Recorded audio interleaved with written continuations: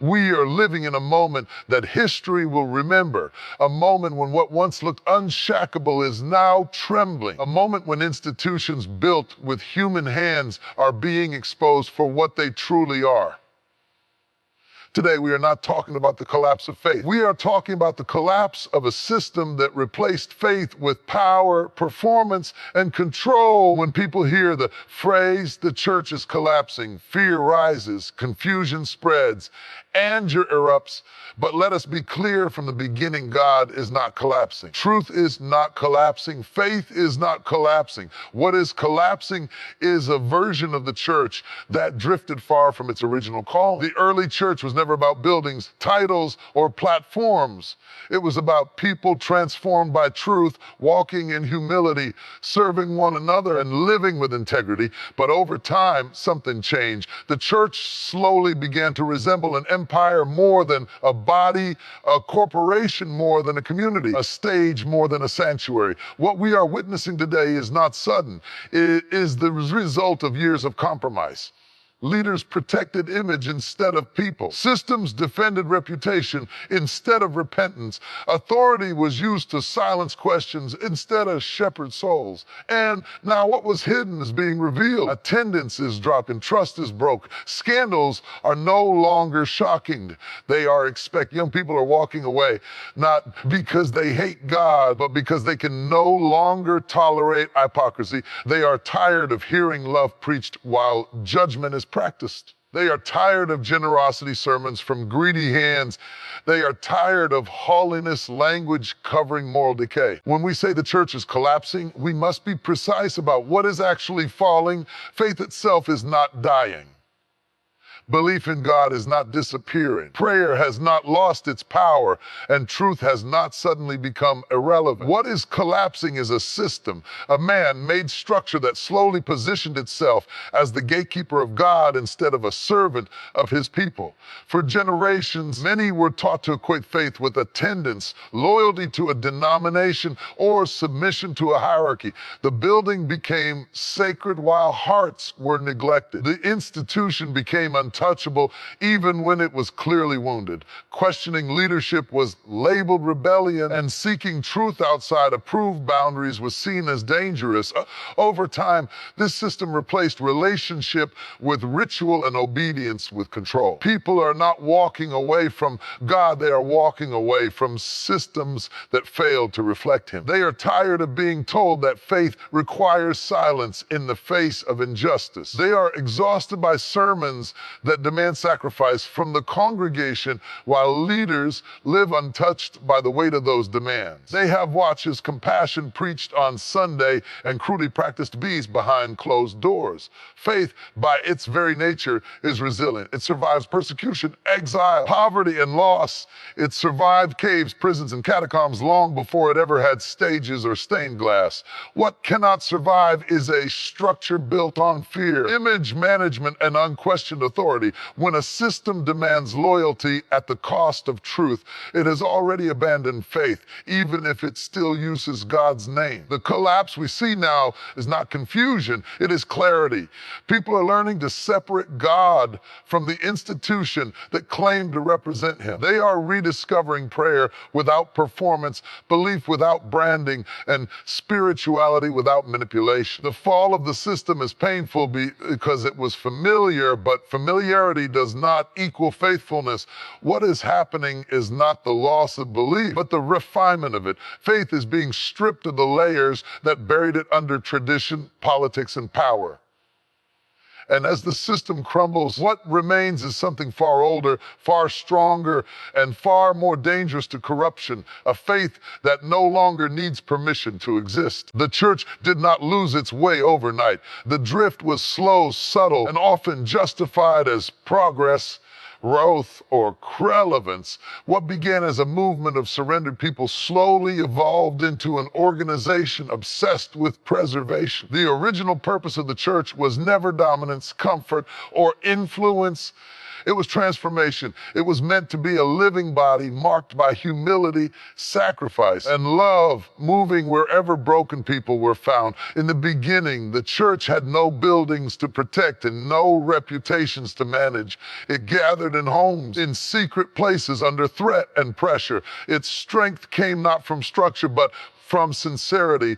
Leadership was rooted in service, not status. Authority flowed, example, not position. The mission was clear: love God, love people, and live the truth even when it cost everything.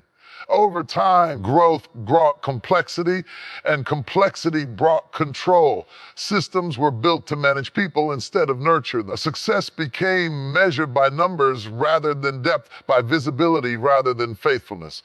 The church began to ask, how do we maintain influence instead of how do we remain obedient?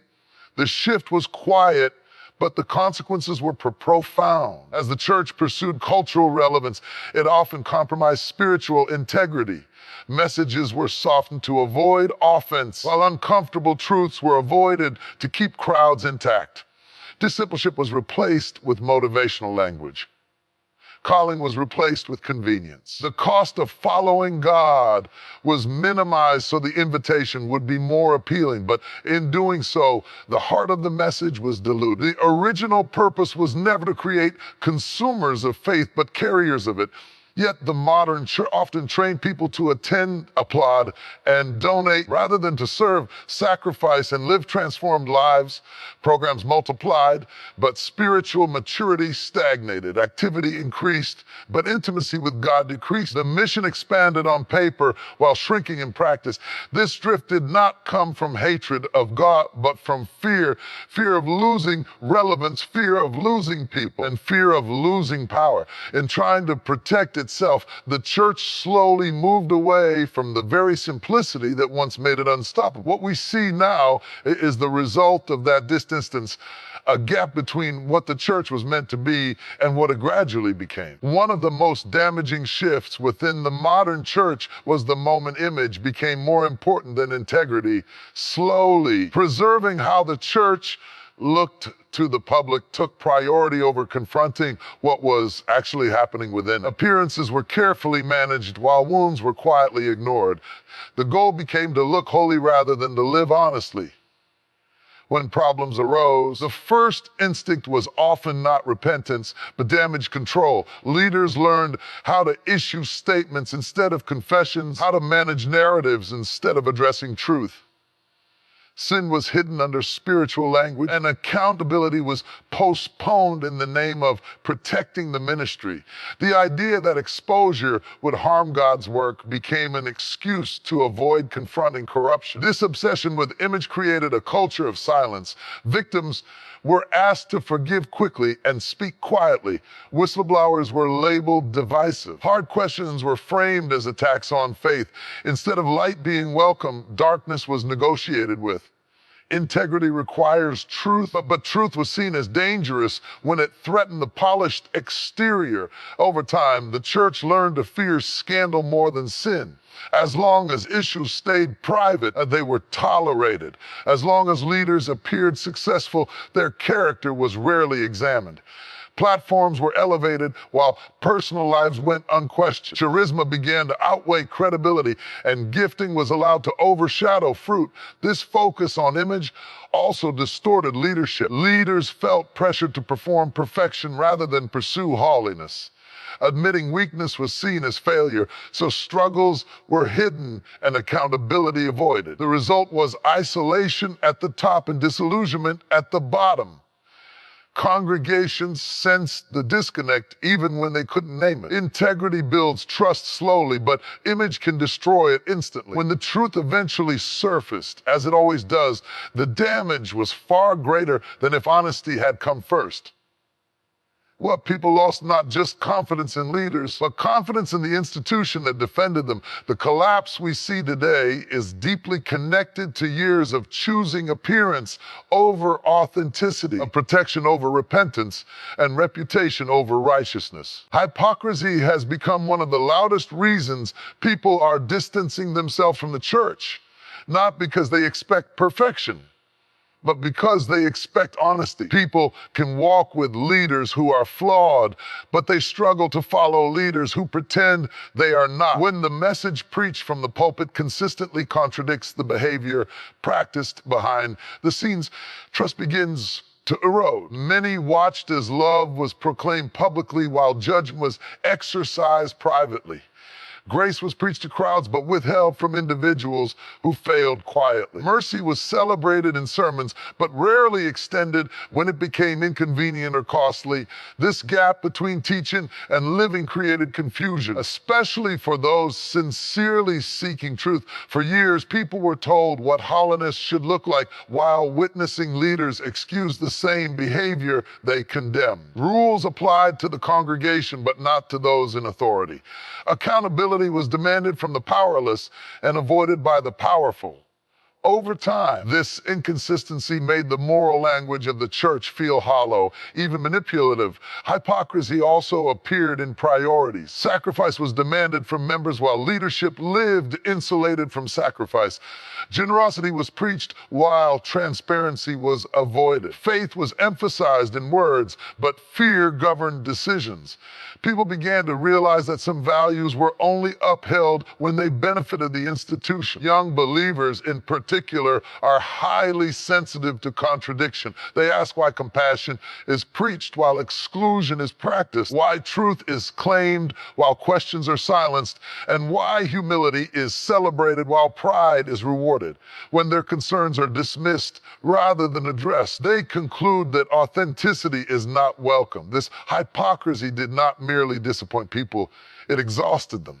They grew tired of defending an image they no longer believed in. They became wary of reconciling contradictions that should never have existed. And in that wariness, many chose distance, not from God, but from a version of the church that no longer reflected the values it claimed to uphold. The scandals that have shaken the church did not create the collapse, they revealed it. These moments of public failure were not sudden cracks in a healthy foundation, but the uncovering of fractures that had existed for years beneath the surface. What shocked people most was not that sin occurred, but that systems worked so hard to conceal it. Behind every exposed scandal was a long history of ignored warnings, dismissed voices, and compromised accountability. Red flags were raised quietly and then buried quickly. Concerns were labeled as misunderstandings, bitterness, or attacks from outsiders. Instead of addressing the root of the problem, leadership often focused on containing the damage, believing that silence would preserve stability. Scandals revealed cultures where power was protected at all costs. Influential figures were shielded because they were too important to lose. Their success, influence, or financial contribution made them untouchable. Moral failure became negotiable when it threatened the system's survival. This communicated a devastating message that the institution mattered more than the people it harmed. For those watching from the outside, repeated scandals dismantled the illusion of moral authority. Apologies felt rehearsed, investigations felt selective, restoration processes appeared rushed and self-serving. Each new revelation reinforced the belief that the problem was not individual failure, but systemic dysfunction. For those inside the church, the exposure was even more painful. Trust shattered, faith was shaken, not because God failed, but because leaders did. Many felt betrayed by the very spaces they believed were safe. The realization that protection was extended upward but rarely outward created deep disillusionment. Scandals also forced uncomfortable questions in the open. Why were these patterns recurring? Why were systems designed to protect reputation instead of truth? Why were the most vulnerable voices the least heard? The answers pointed to a structure that prioritized survival over righteousness, growth over health, and control over accountability. What was exposed could could no longer be denied, and once seen, it could not be unseen. As the church expanded outward, it often contracted inward. Large buildings were constructed, campuses multiplied, and services became more polished, yet genuine discipleship quietly diminished. Success became visible and measurable, while spiritual depth became harder to track and eventually easier to neglect. The focus shifted toward attracting crowds rather than forming convictions. Sermons were designed to inspire attendance instead of shaping character. Programs multiplied to keep people engaged, but fewer systems existed to walk with individuals through transformation. People learned how to participate in services, but not how to live out faith beyond them. Discipleship requires time, honesty, and relational investment. It cannot be rushed or scaled easily, but growth models favored efficiency over intimacy. One voice spoke to many, but few were truly known. The result was a generation familiar with religious language, but unfamiliar with spiritual discipline. As buildings grew, responsibility often shrank. Faith became something consumed weekly rather than practiced daily. People were taught where to sit, when to stand, and how to give, but not how to forgive, endure, or love sacrificially. The church became a place people went, not a life they lived. Leadership structures reinforced this imbalance. Energy was poured into maintenance, logistics, and production, while mentoring and accountability were underfunded. The church looked alive, busy, and successful, yet many within it remained spiritually stagnant, unsure how to follow God without constant direction. When pressure came, crisis, doubt, this suffering, this shallow foundation was exposed. Attendance dropped because connection was thin. Loyalty faded because formation was weak. The shrinking of discipleship beneath the growth of buildings left many with a faith that could not withstand disruption, revealing how much had been built outward and how little had been formed within.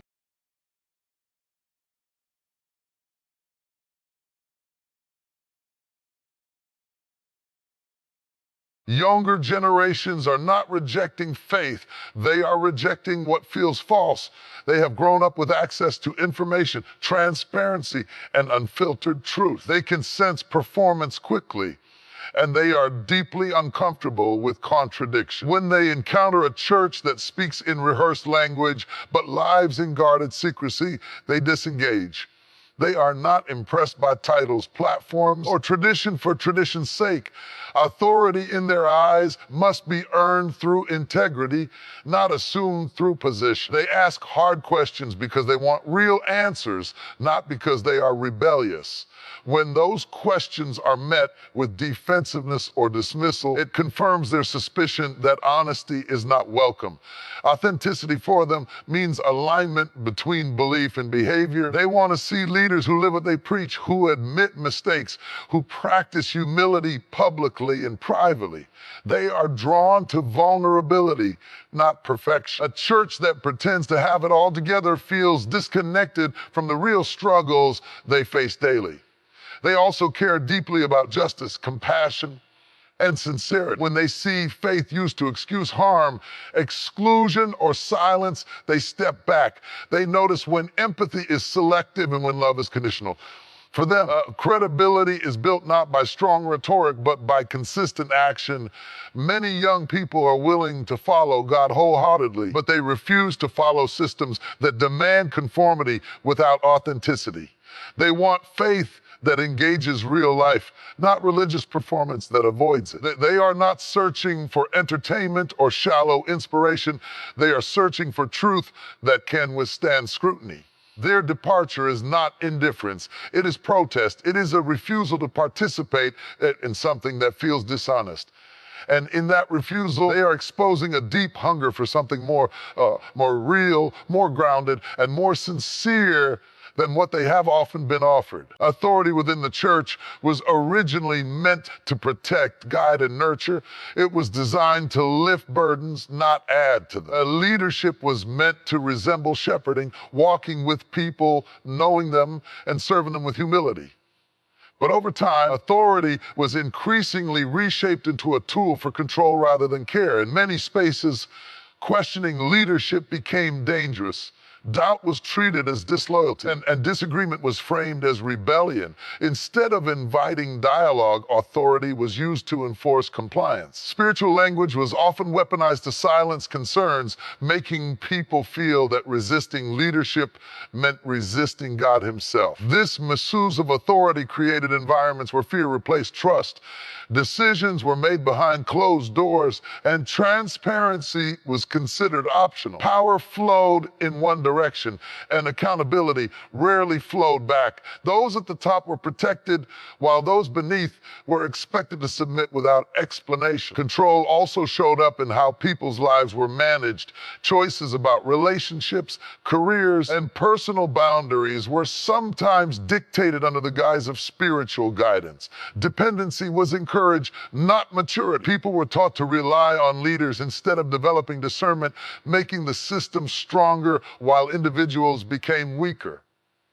When authority is rooted in control, it stifles growth. People stop thinking, stop asking, and eventually stop caring. Creativity, honesty, and personal responsibility are slowly replaced with compliance and silence. The church may appear orderly, but beneath the surface, trust erodes and resentment grows. This distortion of authority damaged the credibility of leadership itself. Instead of being seen as servants walking alongside others, leaders became gatekeepers of approval and access. What was meant to be a source of safety and guidance became, for many, a source of pressure and constraint, deeply shaping the disconnect people feel today. Over time, the church slowly shifted from being a living body to becoming a marketable brand. Identity became tied to logo, slogans, aesthetics, and online presence rather than shared life and mutual care. The language of family and community remained, but the practices increasingly reflected marketing strategies instead of relational depth. Branding requires consistency, control, and image management. As this mindset entered the church, authenticity was often sacrificed for presentation. Messages were carefully curated to appeal to target audiences. Difficult topics were avoided because they threatened engagement. The goal became growth in reach rather than depth in connection. When the church operates like a brand, people become consumers instead of participants. They attend, evaluate, and compare rather than commit and belong.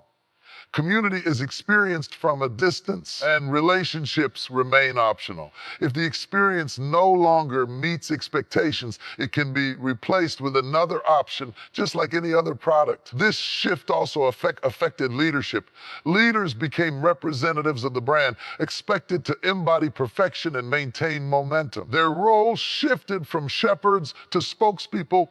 Protecting the brand's reputation became more important than addressing internal health. Transparency was risky because it could damage public perception. A body, by contrast, requires interdependence. Every part matters, even the unseen ones. Weakness is acknowledged and cared for, not hidden. But branding rewards strength, success, and visibility. Those who didn't fit the image, doubters, the hurting, the struggling, often felt out of place or invisible. As the church leaned further into branding, it lost the messy beauty of shared life. The sense of belonging weakened, and the relational glue that once held people together dissolved. What remained was a polished exterior that looked alive, but lacked the organic connection that makes a body truly function. Throughout history, God has shown a consistent pattern. He does not tolerate systems that distort his truth. From the temples of old to modern institutions, whenever human ambition, pride, or exploitation overshadowed genuine faith, God intervened to bring correction. The collapse we are witnessing today is not unprecedented. It is part of a divine rhythm that cleanses and restores. In the Old Testament, prophets repeatedly confronted religious leaders who had turned worship into a performance. They condemned those who prioritized offerings, rituals, and appearances over justice, mercy, and humility. God overturned systems that had become oppressive, corrupt, or self-serving, reminding his people that obedience and righteousness are always more important than outward show. Similarly, in the New Testament, Jesus confronted the temple system directly. He turned the tables of money changers and drove out those who exploited faith for personal gain. His anger was not against worship itself, but against the misuse of it. The purpose was never to destroy God's people, but to restore what had been distorted. God does not collapse systems to punish. He dismantles them to protect his mission. When structures become harmful, when they obscure truth or exploit people, they are removed. This allows space for his genuine work to flourish. Collapse, though painful, is a form of divine intervention, a way to preserve integrity, not a signal of abandonment. The patterns are clear. Corruption cannot endure indefinitely. Systems built on control, hypocrisy, or greed will eventually fracture. Leaders who refuse accountability, congregations that value image over obedience, and institutions that protect themselves more than the vulnerable will all face consequences. God ensures that the structures meant to serve him do not become stumbling blocks to his people. Collapse then should be viewed not with despair, but with discernment. It is a warning, a wake-up call, and a chance for restoration. God's hand is evident even in dismantling, for he desires to replace what is rotten with what is righteous, what is hollow, what is holy, and what is superficial with what is true. The destruction of corrupt systems paves the way for the emergence of faith communities that are authentic, accountable, and anchored in his truth. Faith is far older and far stronger than any building denomination or religious structure. It existed before the first church was ever constructed and will persist long after any institution falls. True faith is rooted in the heart, cultivated in obedience, and expressed through relationship with God, not measured by attendance, membership, or outward rituals. Throughout history, God has worked through individuals, small communities, and even unlikely people, rather than relying solely on grand institutions. The apostles carried the gospel across nations without large cathedrals or multi-million-dollar programs. Prophets challenged corrupt systems and inspired revival in people who had no official platform. Faith thrives not because it is protected by structures, but because it is anchored in God's truth. When people tie their belief too closely to an institution, they risk confusing loyalty to the system with devotion to God. They may feel shaken or abandoned when scandals, failures, or collapses occur, forgetting that the source of their faith is God, not the organization that claims to represent him.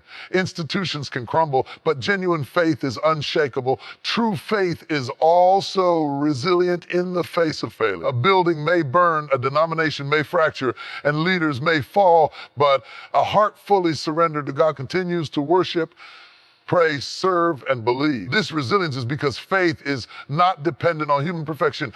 It is dependent on divine presence. When structures fail, faith is revealed in its purest form, personal, active, and relational. Moreover, true faith does not need approval or validation from hierarchical systems. It can flourish in homes and secret gatherings, on the streets or in prisons. God often moves powerfully in places this institution overlooks or dismisses. Dependence on God rather than institutions creates freedom to leave courageously, to act in love, and to pursue truth even when the formal church fails. Institutions are meant to serve faith, not define it. When the church becomes an idol, thing to protect, promote, or worship, faith itself is compromised. The collapse of human systems reminds us God's work is never limited to organizations. Faith endures because it is personal, relational, and rooted in truth that no structure can contain or destroy. While collapse is often painful and disorienting, it also creates the necessary space for restoration. When structures built on compromise, hypocrisy, or control fall, they leave room for something new, something pure to rise in their place. God often allows systems to fail so that hearts, communities, and faith can be rebuilt on solid ground rather than cracked foundations. Collapse forces a pause. It interrupts routines, exposes broken patterns, and disrupts false security. This pause can feel uncomfortable, even frightening, but it is in this discomfort that transformation begins. People are forced to re-examine what truly matters, not the buildings, not the programs, not the prestige, but the heart of God's mission: love, truth, and service. When old systems fail, it also allows for accountability to take root without the weight of appearances, hypocrisy, and fear of scandal. Leaders and communities can confront issues honestly. They can admit mistakes, repent, and set new standards for integrity. Restoration is never possible without first acknowledging the brokenness that needs repair.